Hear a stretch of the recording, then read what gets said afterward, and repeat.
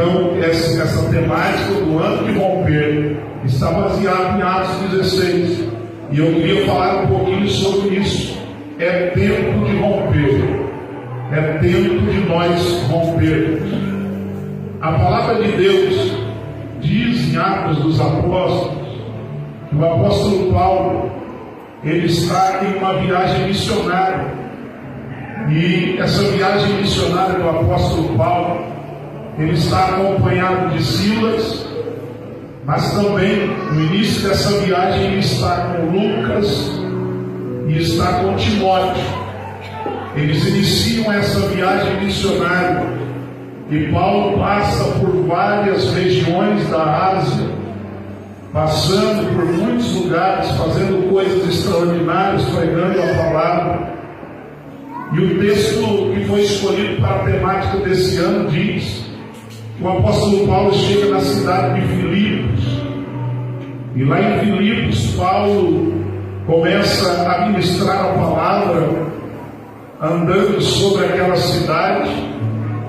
E o texto sagrado diz que durante a caminhada deles por aquela cidade, eles são interpelados, eles são cercados todos os dias por uma mulher que tinha um espírito de adivinhação. E a Bíblia diz que essa mulher, ela tinha os seus senhores. O que é senhores? Homens da cidade que ganhavam dinheiro com o espírito que ela tinha de adivinhar. Eles financiavam e recebiam em troca pelo seu serviço prestado. Porque até então, em Filipos, havia uma crença muito grande nessas coisas. E Paulo, então, andando pela cidade, ele batiza pessoas. E quando ele passa perto dessa mulher, a Bíblia vai dizer que ela começa a fazer elogios. Ela olha para Paulo, para Silas, e diz: esses homens são homens que anunciam o Evangelho, são homens que são servos do Deus Altíssimo. Essa mulher não estava mentindo, ela estava falando a verdade. Só que o interessante de entender que essa mulher, ela estava sendo usada pelo inimigo para fazer com que Paulo e Silas se envaidecessem e crescesse neles o ego de serem chamados de servos de Cristo. E a Bíblia diz que durante um tempo Paulo fica observando essa mulher. E eu não sei porque ele não a repreendeu no primeiro dia, mas é certo que ele fica durante um tempo observando e certamente orando e pedindo a Deus uma direção para ele resolver aquela situação. Porque não existe nenhuma solução de problemas se nós não buscarmos a direção de Deus. E Paulo então busca a direção de Deus durante alguns dias. E um certo dia essa mulher vem passando por eles. E Paulo então resolve repreender o espírito que estava naquela mulher. E quando ele repreende o espírito daquela mulher, aquela mulher foi liberta. E todo aquele dom maligno que ela tinha se foi. Os seus senhores, aqueles que viviam sacrificando, escravizando essa mulher, eles ficam revoltados. Eles ficam revoltados ao ponto de prenderem Paulo e Silas e dizer que eles estavam atingindo o costume da cidade. Paulo e Silas é levado até os magistrados, e lá os magistrados condenam Paulo e Silas à prisão, mesmo sem que eles tenham cometido algum crime dentro do Código Penal romano e judaico. Eles não haviam cometido nenhum crime, eles foram injustiçados, eles foram perseguidos por amor do Evangelho de Jesus Cristo. E a Bíblia diz que Paulo e Silas levam varadas sobre os seus lombos, eles apanham, eles são surrados ao ponto de se machucarem, mas não satisfeitos com isso, porque quero te dizer essa noite que o inimigo das nossas almas, além de nos surrar, além de judiar das nossas vidas, muitas das vezes ele quer nos lançar na prisão, para que de lá a gente nunca mais saia. E há muitas prisões sendo colocadas. Satanás tem aprisionado sonhos, aprisionado famílias, aprisionado casamentos, aprisionado profissões. Satanás tem feito com que muitas pessoas fiquem sob correntes, sob cadeias e sob prisões. Mas a Bíblia Sagrada diz que Paulo e Silas, eles vão para essa prisão. E lá, irmãos e irmãs, eles estão com o seu corpo dilacerado, eles estão com o seu corpo sofrido, com roupas rasgadas, envergonhados, humilhados, e eles vão para uma cela chamada cárcere interior. E que cárcere era esse? Era um cárcere que estava cheio de peste, era um cárcere imundo, frio e sem luz. Eles não se enxergavam lá dentro. E para piorar, eles torturaram Paulo e Silas, porque colocaram eles no tronco e amarraram eles com correntes. Segundo os historiadores, essa peça em que eles são presos, eles prendiam a canela na madeira e no ferro, vinham, passavam as correntes e puxavam o corpo dessas pessoas para frente, ao ponto de que a sua coluna ficasse virada, e com isso, com o tempo, essa pessoa não tinha como voltar, e ela ia se asfixiando sozinha, porque quanto mais ela se dobrava para evitar a dor, ela ia comprimindo seus pulmões e o ar ia indo embora, e com isso eles morriam ali dentro daquela cela. Mas a Bíblia Sagrada vai dizer que Paulo e Silas, eles têm fé no Deus que pode livrá-los daquela prisão. Eles acreditam que Deus poderia fazer algo extraordinário na vida deles. E esta noite eu não tenho dúvidas que eu estou ministrando para uma igreja que já deu provas a Deus e também a minha pessoa, que é uma igreja que acredita, que tem fé, e mesmo quando nós estamos asfixiados, mesmo quando nós estamos surrados, mesmo quando as pessoas nos abandonam e nos jogam na unidade de uma cela, na prisão, nós acreditamos que o poder da oração, o poder da adoração, o poder do louvor, o poder da palavra ainda pode nos livrar daquilo que nós estamos vivendo.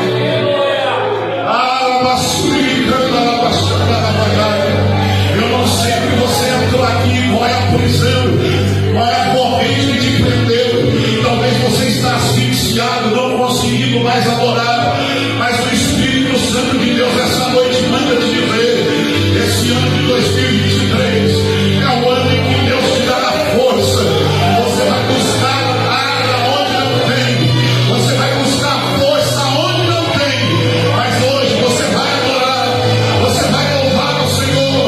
E saiba de uma coisa: o Senhor manda te dizer essa noite, quando você se propuser a abrir o teu coração e me adorar, me louvar, me buscar, eu vou descer na sua vida, eu vou descer a prisão, eu vou chacoalhar a igreja, eu vou chacoalhar São Benedito, eu vou fazer o que for preciso, mas eu vou te tirar dessa cadeira, eu vou te tirar dessa prisão que te aprisionou.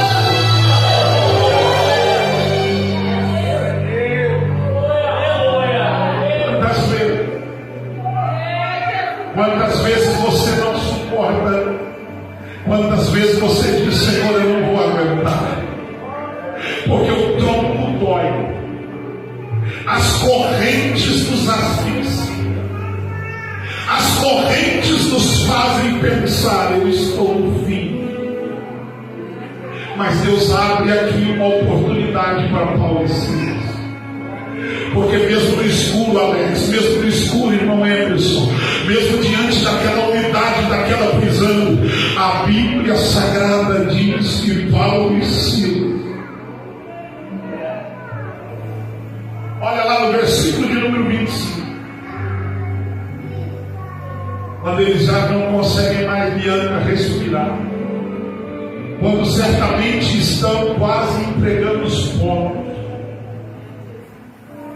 Paulo e Silas conversam entre si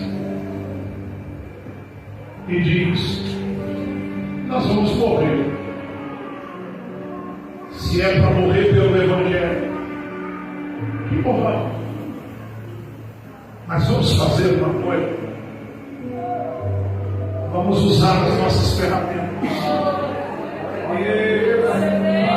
Nossas mãos estão presas. Nossos pés estão presos. Não é que nós temos de pouco, mas ainda dá para louco, porque você lê a Bíblia lá, lê lá que você vai ver. Lá diz assim, porque todo mundo acha que eles só louvaram. Não. Eles disseram: vamos orar. Quando terminar a oração, a gente vai louvar, Senhor. Chorando que as correntes. Tem hora que as correntes nos machucam. Tem hora que você diz: mas eu faço tudo certo.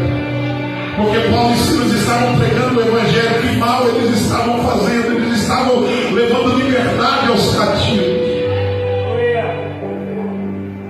Mas eles fazem uma proposta um para o outro: se a gente louvar, se a gente orar. Eu estou dizendo, e eu não sei se eles disseram, mas eu conjecturo isso. Eu entendo, meu irmão Dagoberto, que Silas e Paulo disseram: se nós vamos morrer adorando ao Senhor.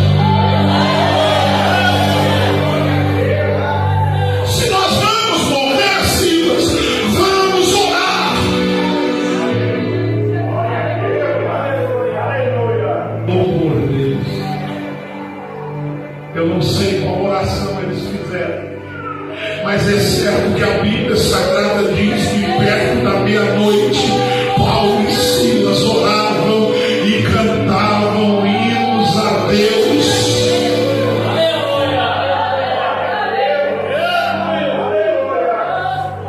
A tua vida pode mudar. Mandou que a sua. A tua vida pode mudar. Pastor, mas eu estou acorrentado. Minha vida está amarrada, eu estou preso. Mas você pode mudar a situação ainda hoje. Você ainda pode mudar a sua situação agora. É só você abrir o teu coração nesse momento e dizer: Senhor, um pouquinho de fé que eu ainda tenho, um pouquinho de fôlego que ainda me sobrou, eu vou começar a orar, eu vou começar a louvar, e eu sei que Deus vai fazer.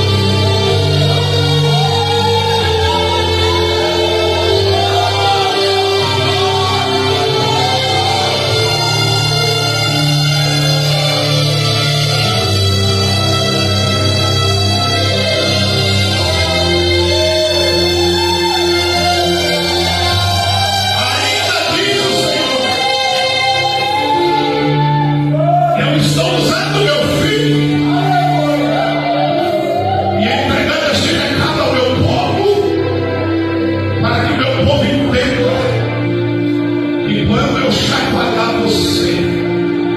Quando eu mexer no seu alicerce e o barulho começar a acontecer,